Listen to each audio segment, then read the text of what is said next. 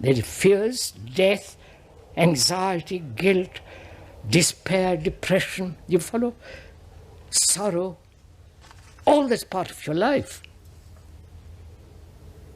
So all that is your consciousness. Now the questioner asks, can your consciousness be aware of its whole content?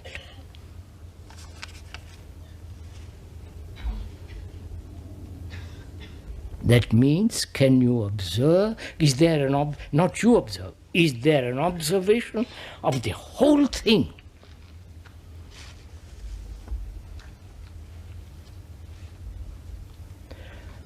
One has to go very deeply into this.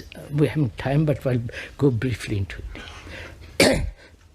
That consciousness is put together by time, through what we call evolution. You have had incidents, accidents, remembrances, racial, national, and so on, family. All that is a movement contained in consciousness. Right? And is it ever possible to be completely free of that content? You understand? No, you're not interested in all this.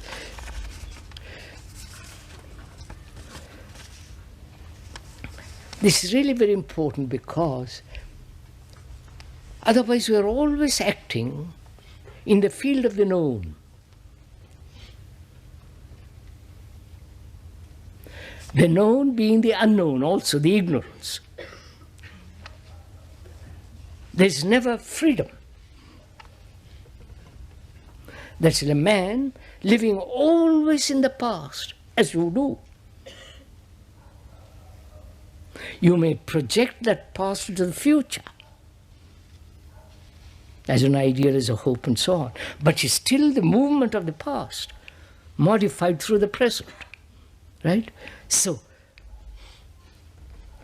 a man who is completely, more or less living in the past, what is his mind? You understand? He may have new techniques, new opportunities to learn other forms of skills, but it is centrally in himself, his consciousness is the movement of the past. Right?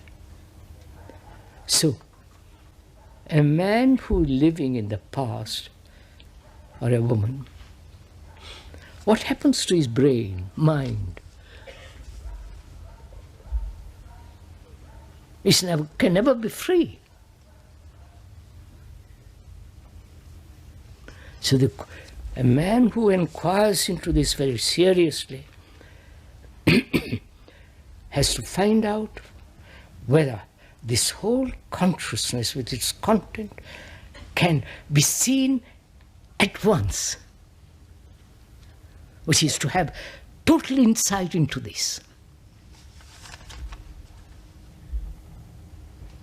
I don't know if you ever considered looking at anything wholly. To look at your wife or your girl or your husband, whatever it is, wholly. Not just her face or this or that, but the whole quality of another human being. And you can only do that when the you is not. You understand? When you're not centered here, me. The me is very small, very petty, because the me is the accumulation of all this. So, when you begin to inquire into this,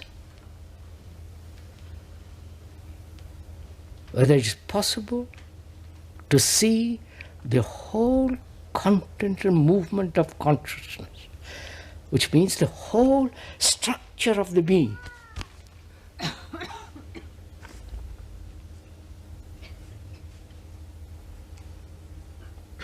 That requires pure observation, you understand? Not your direction, prejudice, like and dislike, or all the rest of it, but just purely to observe this vast structure, very complex. Because of its very complexity, you must come to it very simply. Right?